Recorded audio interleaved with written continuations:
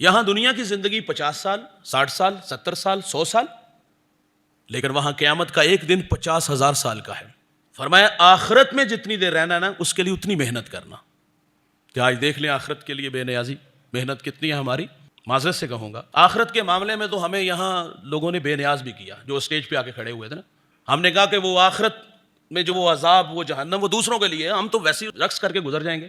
ہاں آخرت کے لیے لوگوں نے بے نیاز کیا کہ میرے مرید بنو، تمہیں عمل کی ضرورت ہی نہیں، اگلے معاملے میں دیکھوں گا، ماہانہ 800 دو تمہاری آخرت میں سنواروں گا۔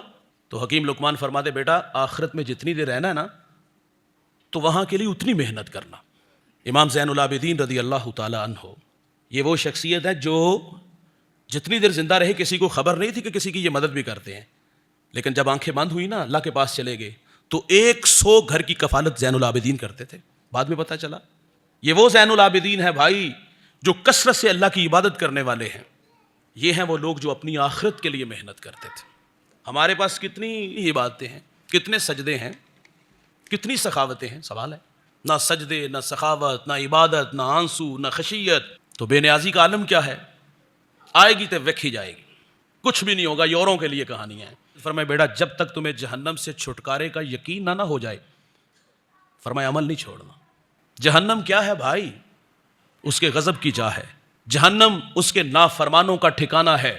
مسجد نبوی دھماکے کی آواز آئی، فرمایا جانتے ہو صاحبہ یہ آواز کیسی تھی؟ عرض کی اللہ رسول بہتر جانتے۔ فرمایا 70 سال پہلے جہنم میں پتھر پھینکا تھا، آج گہرائی میں پہنچا ہے۔ دنیا کی آگ جلا کے خاک کرتی ہے، وہ جان نہیں چھوڑے گی۔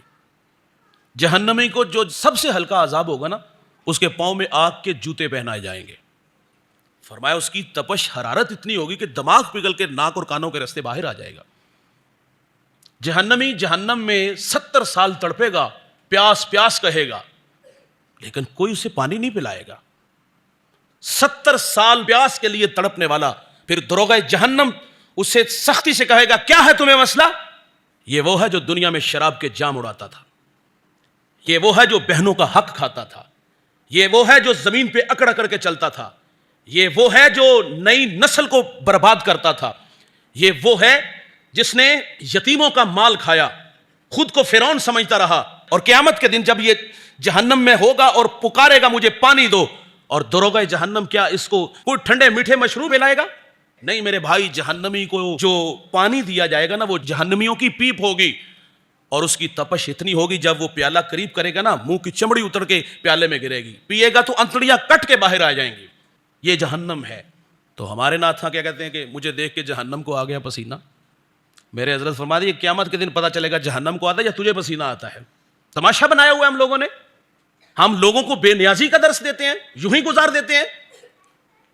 یار حضور تو امت کو تعلیم دیتے ہیں کہ صبح اور شام فرمایا 7 مرتبہ اللہم اجرنی من النار، فرمایا یہ وظیفہ پڑھا کرو کہ اللہ جہنم کی آگ سے بچا دے۔ پڑھے گا تو وہ جو فجر کے وقت اٹھے گا، جو لمبی تان کے سویا ہوگا، خواب خرگوش کے مزے لے گا، اللہ کو بھولا ہوگا، دل یاد خدا سے غافل ہوگا، وہ اس فجر کے وقت کہاں ہوگا؟ تو حضور نے یہ وظیفہ ارشاد فرمایا صبح و شام، یعنی فجر اور مغرب میں فرمایا یہ وظیفہ پڑھا کرو کہ اللہ جہنم کی آگ سے بچا لے۔